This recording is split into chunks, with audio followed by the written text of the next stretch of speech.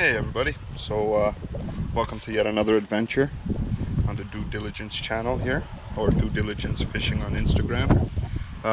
Today we're in Bolsover, a bit of a different video for you. We're going to do this one on land, not necessarily hitting the water in this video, but I figured since I'm setting up for my next adventure tomorrow morning with Forest Sound, why not use this opportunity to do a quick review of the Sea Doo as it's now hit 50 hours. We'll talk about the good, the bad, and the ugly, and what to watch out for. Yeah, so join us.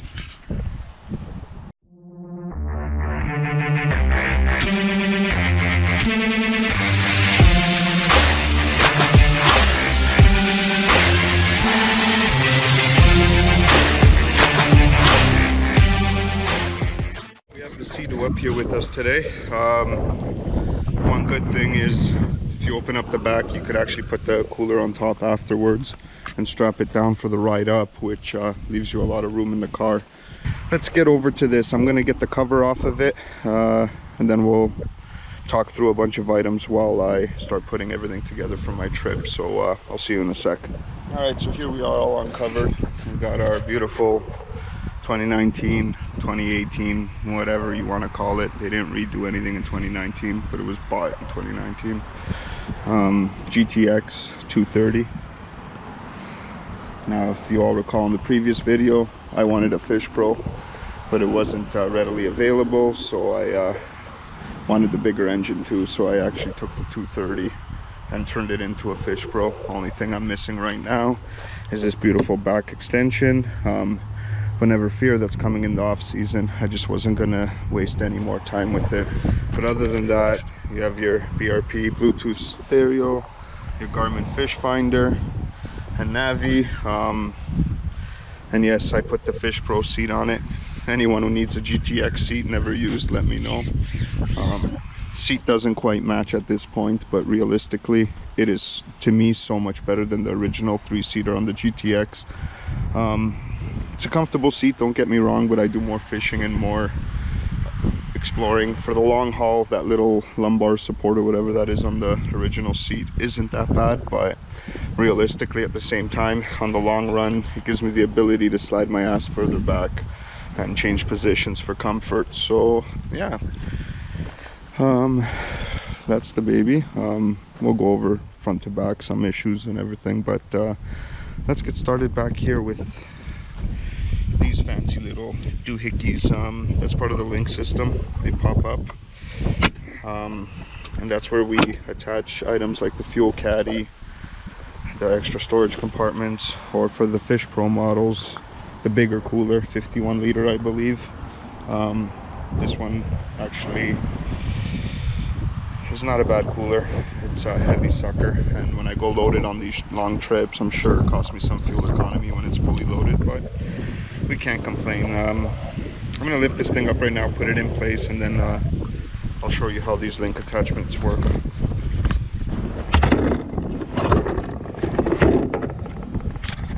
So all I did is just laid it down, pushed it forward until it can't go anymore. Then you have these two little knobs here.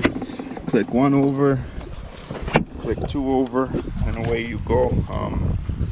Will never give you an issue. I've been through hell and back on this thing across 5-foot swells. This thing doesn't budge. You could also put the fuel caddy, which I think is 15 liters or something, and then on top of that you have another set of attachments that lets you put your storage items on top of the fuel caddy, the dry bag. So that's pretty cool. I do have those. I just choose to put the cooler on. Next season, when I have the extension on, it'll give me a second set, then I can start using everything. But from here on the cooler, I have them in here for storage purposes. When I drive around, I'm always just a bit scared that they're gonna break off or fall off, but they don't. Rod holders, they basically just pop right into these slots, and there you go. There's your rod holders. Now you do have the option to put them on these side ones here, which are angled, good for trolling like such. I will be doing that on my next fishing trip. I did get a better musky trolling rod right now and a shorter one for this thing, so I don't have to ride a Sea Doo with a 8-foot rod. But yeah, those clip in. Now, I haven't experienced it, but obviously this one's a bit tighter than the other one, which lays credence to some truth on, whatever. It's not really moving. I've read online that a few of these have popped off and taken the rod and lure with it that was attached to it, but I personally haven't experienced any problems. So here, yeah, you have an extra storage compartment, sleeve. That's where I put one of my lure totes in, or Play-Doh, whatever the fuck those things are called. I mean, whatever the heck those things are called. Stop swearing, Casper. There's inside your cooler, 51 liters. Do with it as you wish. You could realistically, you could put food in there, ice, or you could use it as a live well, which I've seen online. Quite a few crazy setups, little motors attached on the back, pumps, tubes, and these things are live wells. For these rod holders, you'll see when I come over here that they plain and simply just slide into these holders, and there's those little pin things that stick out, little nipple like things, and they are meant to hold your rod down. Now that's not going to work as good on a bait caster, but I could turn it around and get it in there, so that's not a problem. If you are worried about it falling out, which I do, even though I haven't had it happen, I do worry about it. I bought little tethers, which I'll show you, that I just connect to right here. It's velcroed, so when I want to use my nets or my rods, I could just undo the velcro quickly and it's in my hands. But I usually tie the tether right down here to the ring on the drain, and just in case, worst case scenario, it'll catch my rod and prevent it from going flying, but hasn't quite happened yet. And I usually do it on the net over anything else because it does not clip into anything. So for the purpose of safety, I usually put it on the net. But yeah, got the new trolling rod for the muskie. Yes, I put a spinner reel on, a spinning reel. Never used a rod with the tip like that, but you know what? Let's see. It's the only one that comes in 6 feet. Now here's going to be my problem. I'm going to have to punch out the bottom of those to get that to go lower. Even though it doesn't connect, it probably wouldn't come out. I'm not going to take a chance. I'm going to get that in there a little better and strap it down. So yeah, that's basically the cooler assembly in the back there with the rods and everything in it. When I go camping and on my big trips, I also put stuff in here. When you're going solo, there's 2 push buttons right here, one on this side and one on the other side. All you do is you press them quickly and the seat pops right off, which gives you the opportunity to have extra storage space if needed and still sit there. Put that down. Same with the front seat. One nice clip and off it goes. And there's your engine. Good to know. I always check it before and after every ride, especially after every ride. Make sure everything looks good in there, no special fluids that shouldn't be, no excessive water. Before my rides, I usually come here, check my oil. I have to actually put some effort to my battery connectors right now, make sure they're snug and secure, because I've had a one-time alarm on my IBR. Code came up, and one of the things they say to check is the connections, which that one looks really good. Gonna have to get to the rest of the engine, you take this off. Just there's like 8 of those. Take it off. It gives you the rest of the engine. Now if you've installed the second battery like they do on the Fishpro, like I have, the only thing is that battery is secured to right here, so it's putting weight on this and also makes it impossible to just take this off and throw it on the floor. So I stand it up, put a stick, but you got to be careful because it's already come down and hit me in the head once. But yeah, that's basically there. Now for me to check the other battery, I'm gonna have to do some work, so we'll do that in a sec, or we'll do that in a bit. All right, so I mentioned the tethers before. These are basically it. I buy them, they were like $1 or something on Wish. The one clip here, just attach it right into here. When I use 2 hands, it goes a lot easier, right? And then what I do is I actually go across diagonally to allow me to have a little extra tension there and eat up some of the elastic. Then literally you just strap it in and then tighten the line, and you're good to go. It's not going anywhere. Then just pull the line a little tighter, and you're pretty good. Loosened up, but it's okay. Do that after. Yeah, you see I put the umbrella there because I have all the rods. I use that. Obviously not raining right now, but when you're going on a multiple day trip, I don't mind having it. Plus I do something every time I go out. I have to get another one. It's a couple weeks old and falling apart, but you get your Canadian flag here. And what I always do is just stick it down into too low. Once you go into one of these, it doesn't come out the bottom really. See? And that doesn't go anywhere. And when I'm out on the water, I have a Canada flag waving behind me all the time, so that's pretty good. Yeah, so this does come off the bottom here to open it up. You can, it's just a clip in there, but what I found, I did take it off. What I found is the rod still doesn't go lock in, so bottom hits here. When I'm hitting big wake and stuff, that'll be a disaster. I'll just kill the padding on the back there. So I put the clip back in and left it at that. Here's the, I don't have the fuel caddy with me, but here's the waterproof bag that also clips into the link attachments there.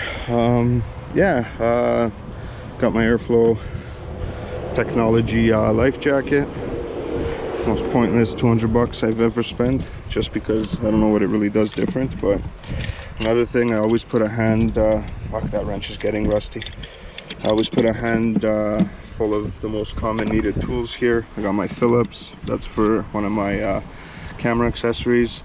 I have my T25 here, yeah, T25 screwdriver, so I could get into the engine compartment should something happen when I'm deep out on the water. And then obviously a wrench and a knife, and I gotta go through the back here, see what else I need to put in. Got my believer out. When I go fishing later, I'm gonna start with that. And I found my lucky lure today. Yeah, so if you guys are buying this unit with the trailer, I strongly recommend you get these straps. They literally make loading and unloading your Sea Doo take about 30 seconds. I usually run my ropes through here when I'm tying off. I really wish they kept the speed clips in, but no complaints. Had a few issues at the beginning, but unit's been running quite well. IBR, I brought up IBR before. So what's been happening with the IBR is, well, not been happening, what happened with the IBR is I was coming from my last from that west leg of the Trent trip.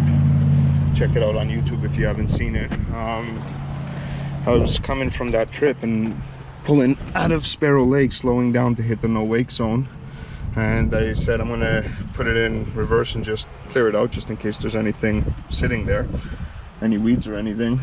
Didn't think there was, but I know I'm always thinking ahead or panicking for nothing. So I put it into reverse well, first I hit the brake, which stopped working. I hit reverse and the thing started going forward again. I heard the beep and it said the IBR code on it. IBR stopped working. I reset everything. I just pulled the key, restarted the engine, everything's worked fine. Only happened one time, but I don't know, it's a bit of a safety issue for me. When you hit the brake and it doesn't work, that's one thing, but when you hit the brake and then hit the throttle, that's usually accelerating in reverse. When IBR code comes on, that throttle keeps you plowing full speed forward. So got to be careful if that happens to you, so you don't get yourself caught up in a mess of any sorts. But it hasn't happened again. I'm going to test it out a bit now, see if I could simulate it, because I kind of want it to come back, so I know there's an issue and I could bring it to the dealership. Have been researching online. There is a known issue with the brushes. I'm not a Sea Doo expert. Brushes in the motor back there or something. But I don't know, I have to research some more. I'm just trying to simulate it again. Like I said, it happened during a run. I didn't pay much attention.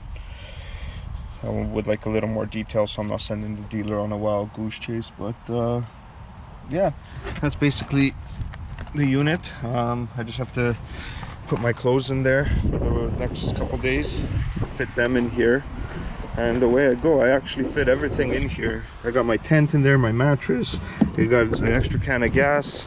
Last time I put all that stuff back here, the tent and everything, which worked, not an issue, but it's even better because right now I don't have to worry about that. It's just in there. I just gotta, as long as I can fit my clothes and my camera stuff, I'm good. If not, I'll put that dry bag up here, strap it down, and use it like that. I've done that in the past and it works really well. But yeah, now I'm just gonna clean up the last of this boat stuff, figure out the clothes, can't forget my wet shoes, figure out my clothes, and get this thing in the water for a bit of a test run this afternoon. Test run, that means fishing. Maybe I'll actually make a fishing video on a fishing page next. We'll see. We'll see. Yeah, so thanks for watching. Hope you picked something up from this video. Nothing special, but this wind is killer. Hope you picked something up. I hope you could hear me, and don't forget to hit that like button, subscribe. We got lots of big adventures coming up soon, and so hit the bell so you don't miss them, and we'll see you on the next adventure. Thanks for watching. Peace.